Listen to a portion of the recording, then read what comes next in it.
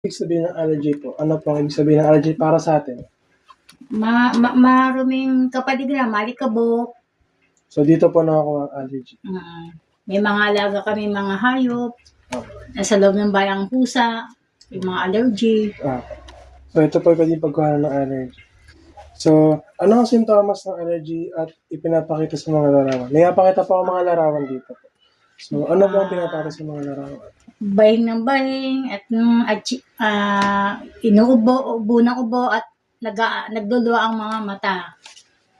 So, next question po. Magbigay ng isa sa mga tips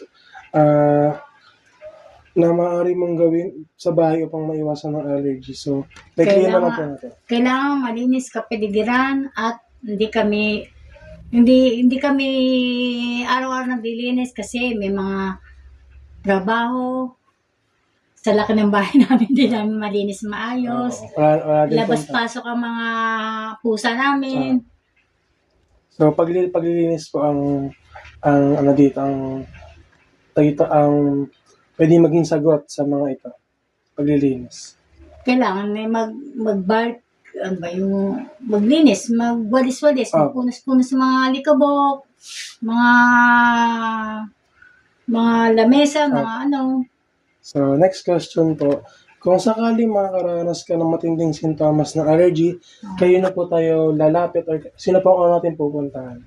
Sa bagay, malapit ang aming health center. Kailangan muna magpa-check up bago bumili ng gamot. Kasi, hindi kayo man basta-basta bibili ng gamot para sa allergy. Kung hindi, sa'yo. Kasi minsan, bibili ka ng allergy na gamot sa hindi naresetahan, hindi po yun.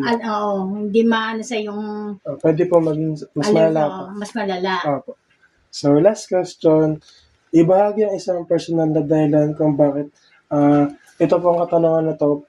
Ano po ang naging sagabal upang mahirapan tayo sa ating paglilinis? Daming trabaho. Busy po. Busy. Mga anak ko may mga trabaho. Hindi araw-araw nakakapaglinis. So, yun po. Yun lang. Thank you po. Thank you po sa cooperation.